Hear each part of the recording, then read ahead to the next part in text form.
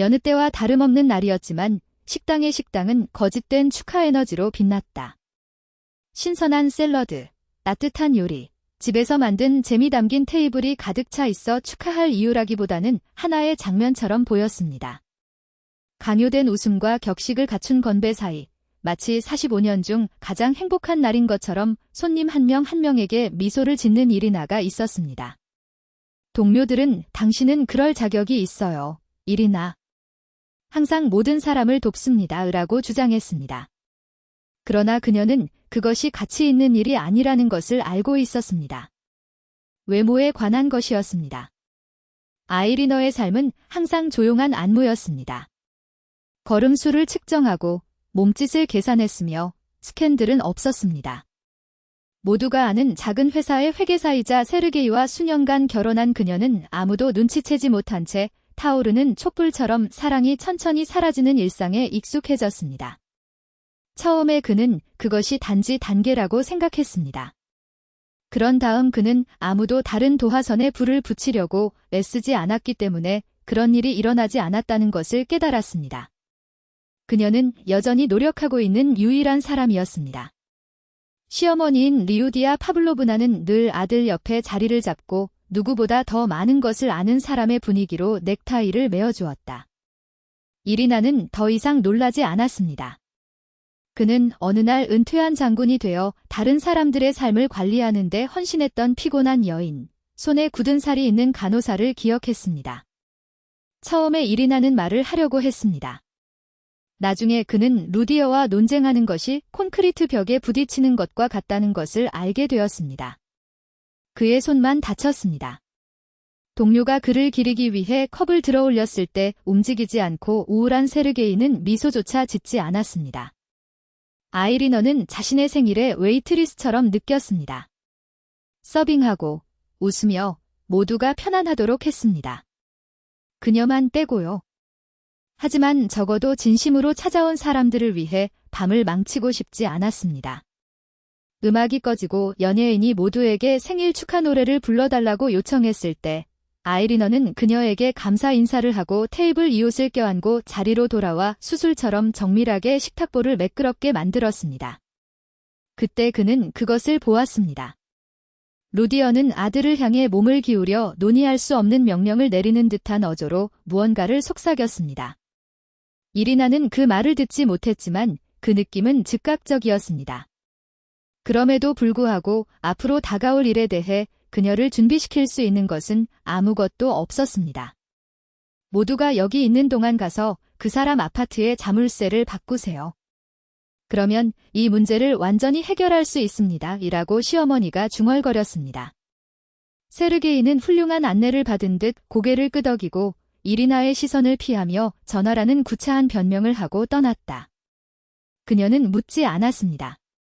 그는 불평하지 않았습니다. 그는 이웃에게 차를 더 대접하고 수저를 다시 정리하고 웨이터에게 신선한 빵을 달라고 요청했습니다.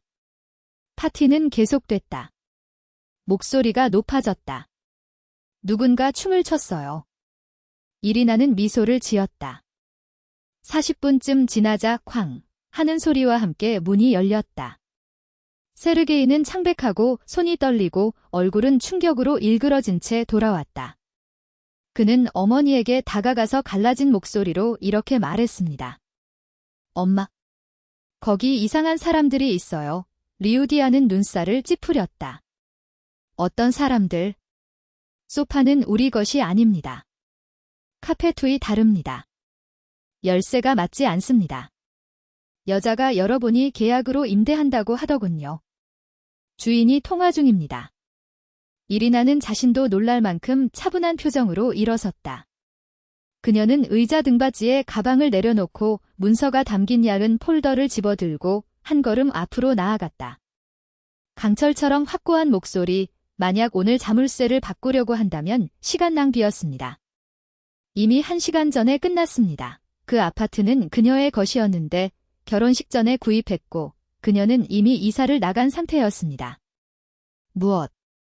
루디어는 공격하려는 매처럼 앞으로 몸을 기울여 폭발했습니다. 법률에 따라요. 이리나는 어조를 바꾸지 않고 대답했습니다. 이 집은 결코 우리 집이 아니었습니다.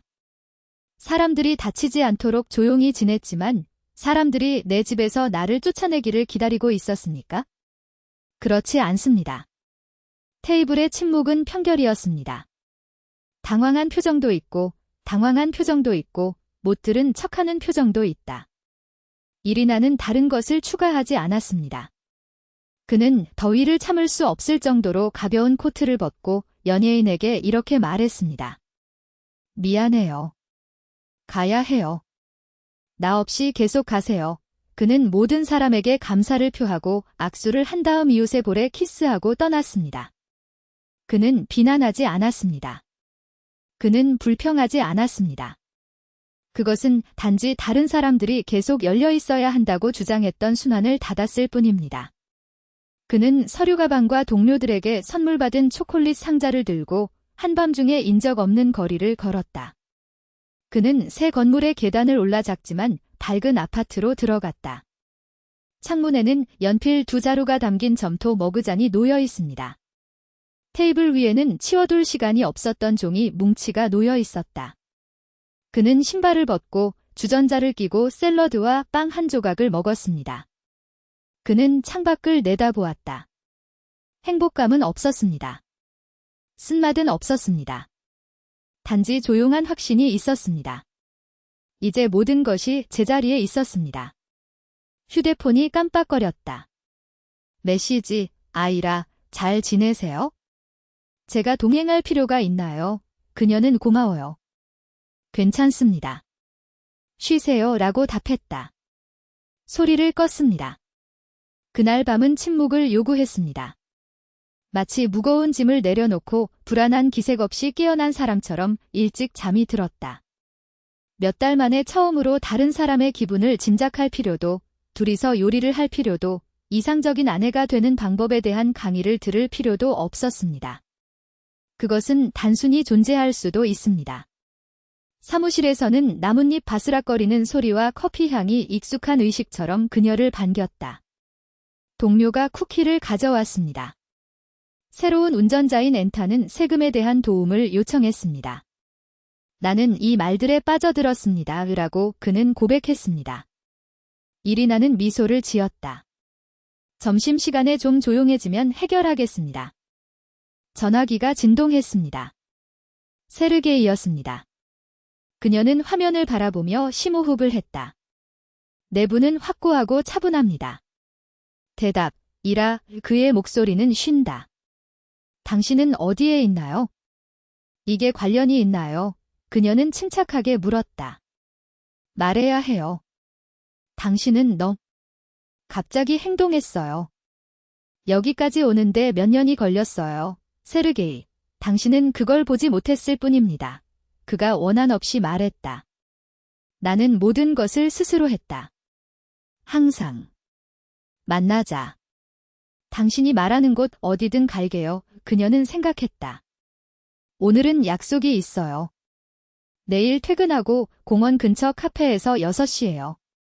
혼자 오든 어머니와 함께 오든 상관없어요. 다음 날 정시에 세르게이는 긴장한 채 루디어 없이 서류가 담긴 폴더를 들고 그곳에 있었습니다. 그들은 창가 옆 테이블에 앉았습니다. 웨이터가 차를 가져왔습니다. 그 아파트는 당신 것이었습니다. 나에게 말하지 않고 빌릴 수도 있었습니다. 그는 말을 더듬으며 시작했다. 당신도 내 자물쇠를 바꿀 거라고는 생각하지 못했어요. 라고 아이리너가 대답했습니다. 그는 눈을 내리깔았다. 엄마가 그러시던데. 넌 어른이구나. 세르게이. 그녀가 끼어들었다. 항상 그녀가 말하는 대로 하세요. 그러면 당신은 무엇이 옳다고 생각하시나요? 뒤따른 침묵은 주전자의 씩씩 소리만이 가득 찼다. 나는 이혼하고 싶지 않아요. 그는 겁에 질린 새처럼 빠르게 불쑥 말했다. 다시 예전으로 돌아가자. 내가 변할게. 더 노력할게. 알잖아. 이리나는 그를 지켜보았다. 분노가 없었습니다. 희망이 없었습니다. 말이 필요 없는 명확함. 당신은 나를 압니다. 그리고 나도 당신을 압니다. 이리나는 고개를 끄덕이며 확인했습니다. 이 편할 때 사는 법을 알잖아. 편하지 않을 땐 엄마한테 전화해. 그건 내 선택이야. 지킬 수는 있지만 나에겐 더 이상 그렇게 살 힘이 없다. 그럼 끝났어요. 그는 목소리가 쉰 목소리로 물었다. 끝났어요. 이리나는 침착하게 대답했다. 영원히 문을 닫는 게 아니다. 존중받지 못하는 곳에서 생활을 중단하는 것일 뿐이다. 존경합니다. 그는 서둘러 말을 끊었다. 그냥 당신은 항상 조용했어요. 아직 희망이 있었기 때문에 조용히 지냈어요. 그녀가 말했습니다. 이제 더 이상 없어요? 그리고 나쁘지 않아요. 솔직해요. 그들은 거기 서 있었고 그들 사이의 차가 희미해졌습니다. 눈물도 없었고 극적인 말도 없었습니다. 마치 매듭을 세게 당기면 풀리는 것처럼 대화는 짧았다. 마침내 세르게이가 일어섰다. 가끔이라도 전화해도 될까요? 그가 할 수 있어? 이리나는 거의 웃으며 반복했습니다. 그냥 밤에는 안 돼. 그리고 그 어머니 없는 여인은 이렇게 말했습니다. 그들은 작별 인사를 했습니다. 이리나는 약간 피곤했지만 무게는 느껴지지 않은 채 카페를 떠났습니다. 집에 오는 길에 그는 빵집에서 빵과 버터 조금을 샀습니다. 집에 오면 그녀는 주전자를 켜놓고 침대 옆 탁자 위에 등불을 켜고 그날 오후에 샀던 얇은 책을 가방에서 꺼냈다. 무작위로 열렸습니다. 그 말은 단순하면서도 따뜻했다. 그리고 오랜만에 처음으로 그녀는 마치 고양이가 마침내 태양 아래서 자리를 찾은 것처럼 마음속에 무언가가 자리 잡는 것을 느꼈습니다. 3일 후 시어머니에게 전화가 왔습니다. 울지 않고 단호한 목소리. 이르카, 내 아들에게 무슨 짓을 한 거야? 그는 더 이상 동일하지 않습니다. 나는 아무것도 하지 않았습니다. 라고 아이리너가 대답했습니다. 나는 떠났다. 이것이 그 사람에게 어떤 것인지 아시나요? 그 사람이 어떤 고통을 겪고 있는지 아시나요? 알아요. 당신들 둘 다 고통받고 있습니다. 하지만 나 자신을 희생하면서 다른 사람의 삶을 더 편하게 만들 의무는 없습니다. 당신은 언제나 잔인했어요. 리디어 페브로브너가 투덜댔어요. 나는 항상 알고 있었다. 당신은 나를 만난 적이 없습니다. 아이리너가 대답했습니다. 편리함을 통해. 단점. 그게 바로 나였어. 침묵. 그런데 예기치 않게. 그러면 이제 어디에서 살 예정인가요? 나는 이미 살고 있어요. 홀로. 홀로. 두렵지 않나요? 나는 내 사람들과 함께 살고 남은 사람이 되는 것이 더 두렵습니다. 리디어 페브로브너는 코웃음을 쳤지만 아기는 없었습니다. 뭐, 필요하다면? 크리스마스나 부활절은 아니지만 원하신다면 앉아서 이야기 나누겠습니다. 감사합니다.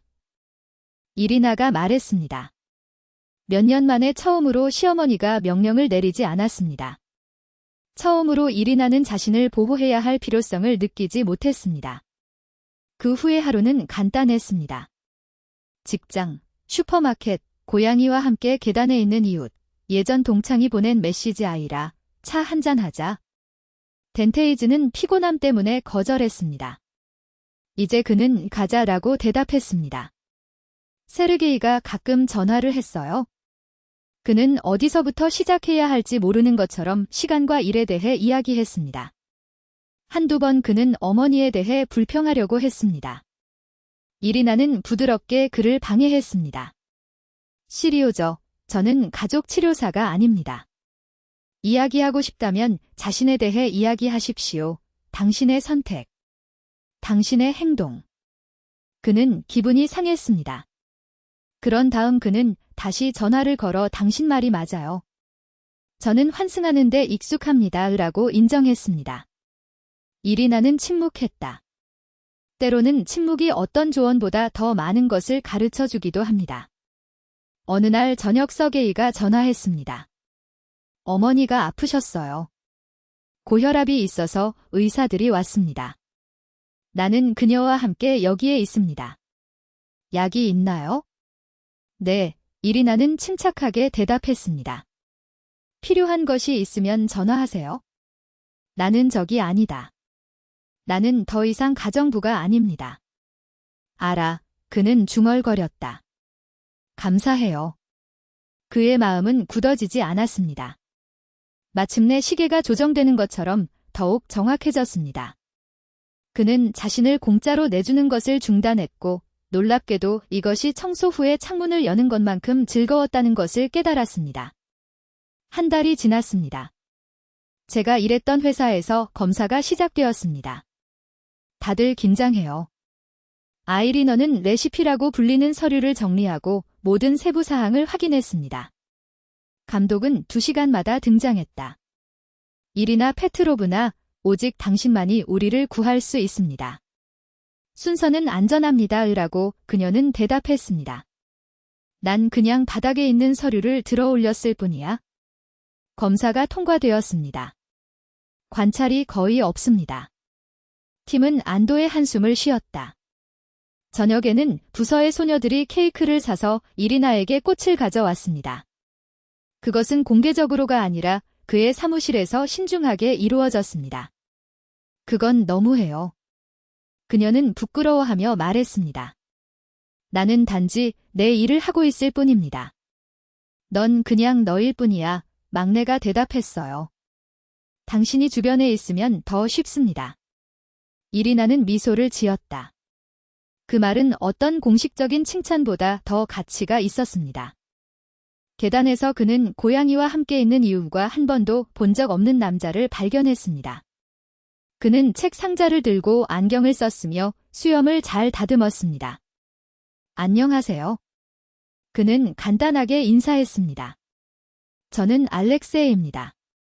저는 5층에 있는 갈리나 스테파노브나의 아파트를 임대하고 있습니다. 이리나. 혹시 가장 가까운 빵집이 어디에 있는지 아시나요? 모퉁이를 돌아서 그녀가 가리켰습니다. 빵이 좋다. 감사해요. 미소 지었다. 소금이 필요하시면 문을 두드리겠습니다. 안심하세요. 그들은 반대되는 길을 따랐습니다. 아이리너는 그에게서 서두르지도 감동을 주려는 욕구도 보지 못했다고 생각했습니다. 그냥 친절하게 물어볼 줄 아는 남자. 그리고 그것은 하루를 조금 더 밝게 보이게 하기에 충분했습니다. 그러는 동안 세르게이는 평소에 목발 없이 살아가는 법을 배우고 있었습니다.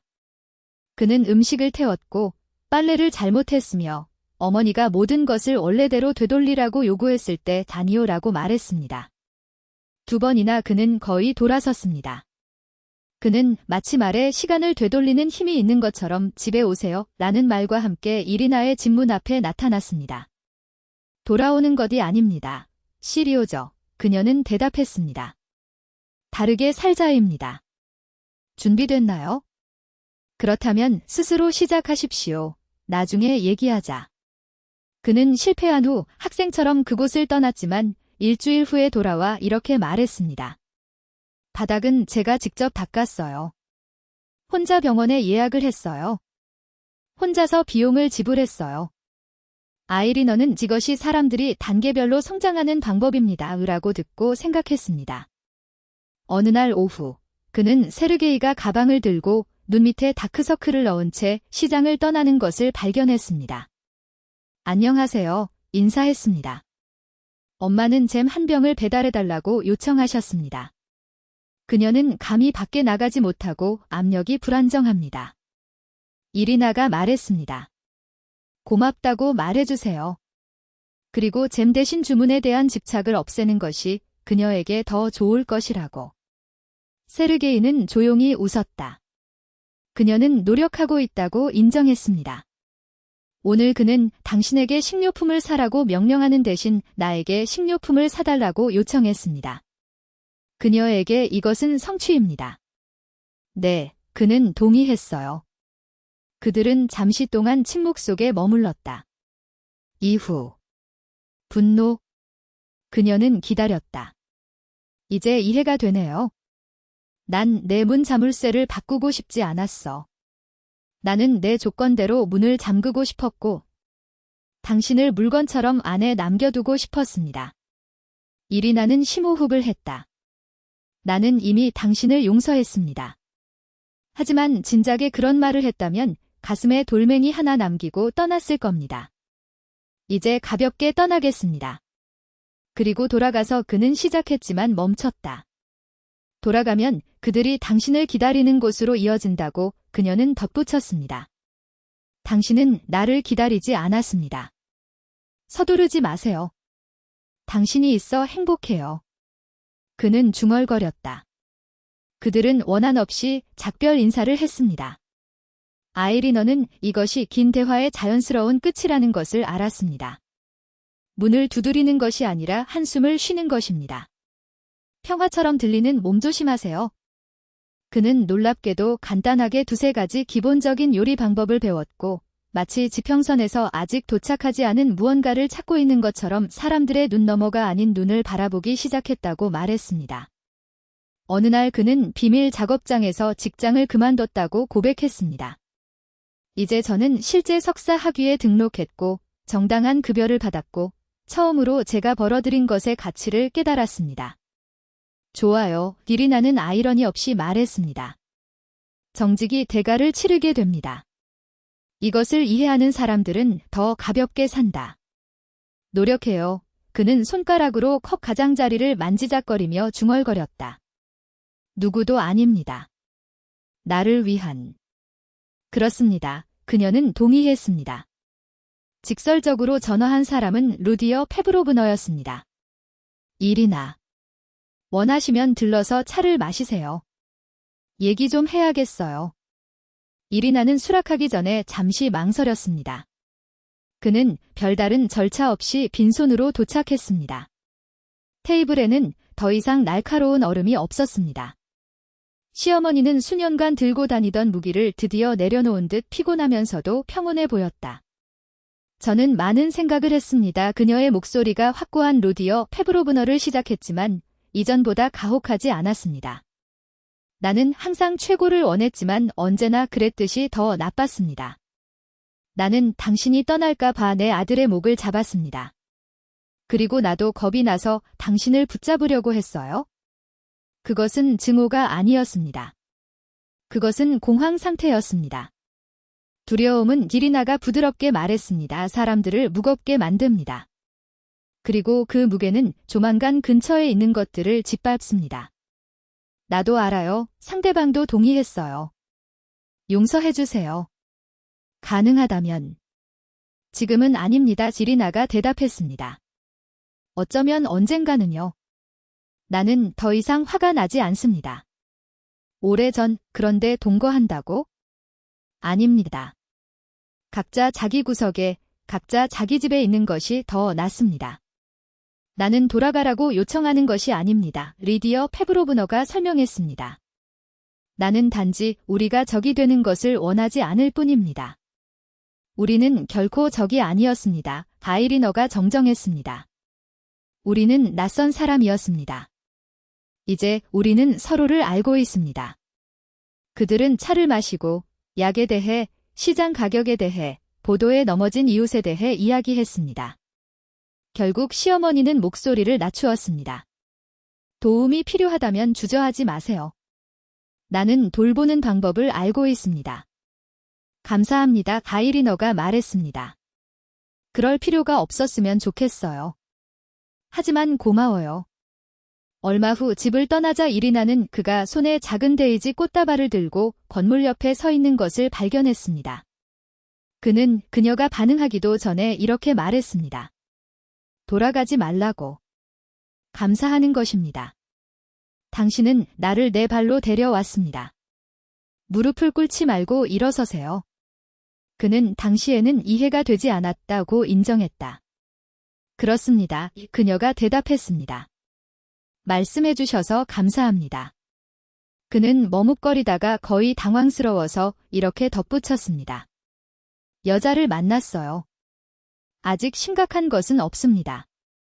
그냥 안심하세요. 이제 나는 이것이 얼마나 중요한지 이해합니다. 맞습니다. 지리나가 확인했습니다. 잠깐만요. 바람에 말을 던지지 마십시오. 중요하게 생각하세요. 그럴게요. 라고 그는 약속했다. 그들은 무거운 표정이나 불편한 침묵 없이 작별 인사를 할 때까지 그곳에 머물면서 날씨, 교통 상황에 대해 느슨한 말을 주고받았습니다. 그런 다음 아이리너는 이미 사라진 것을 부활시키려고 노력하지 않는 한 상처를 입지 않고 누군가를 기억 속에 간직하는 것이 가능하다는 것을 이해했습니다. 그날 밤, 집에 돌아온 그녀는 물 한 잔에 데이지를 넣고 차를 준비한 뒤 책을 들고 테이블에 앉았습니다. 말이 쉴 새 없이 흘러나왔다. 밖에서는 누군가가 부드럽게 웃었고 어린아이가 손에 이끌려 끌려갔고 거리에서는 서둘러 발걸음을 잃었습니다. 그녀는 서두르지 않았습니다. 나는 시간이 있었다. 그에게는 집이 있었습니다. 작지만 자신만의 집이었습니다. 그는 그날 식당에서 속삭이던 말을 기억했습니다. 가서 자물쇠를 바꿔라. 그는 이제 가장 강한 것은 문에 있는 철이 아니라는 것을 알았기 때문에 미소를 지었습니다. 그들이 당신의 침묵을 기다리는 것은 조용한 잔이오입니다. 오직 당신만이 결정하는 것은 고요한 예입니다. 그는 일어나서 창가로 다가갔다. 이웃집 고양이는 앞난간에 꼬리를 흔들며 여유롭게 놀고 있었습니다. 모든 것이 그 자리에 있었습니다. 완벽하지는 않지만 맞습니다. 테이블로 돌아와서 차가운 차를 마신다. 내일은 평범한 하루가 될 것입니다. 그는 일어나서 일하고 돌아와 간단한 것을 요리하고 어머니에게 전화를 걸어 날씨에 대해 이야기합니다. 그리고 그것은 좋은 삶이 될 것입니다. 영웅주의도 없고 연기도 없습니다. 그가 선택한 것은 나도 고통을 느껴요 라고 외치는 대신에 그냥 일어나서 떠나는 순간부터 시작된 것입니다. 그 문 밖에는 어둠이 없었습니다. 공기가 있었다. 그리고 결국 공기는 우리가 살기 위해 필요한 것입니다.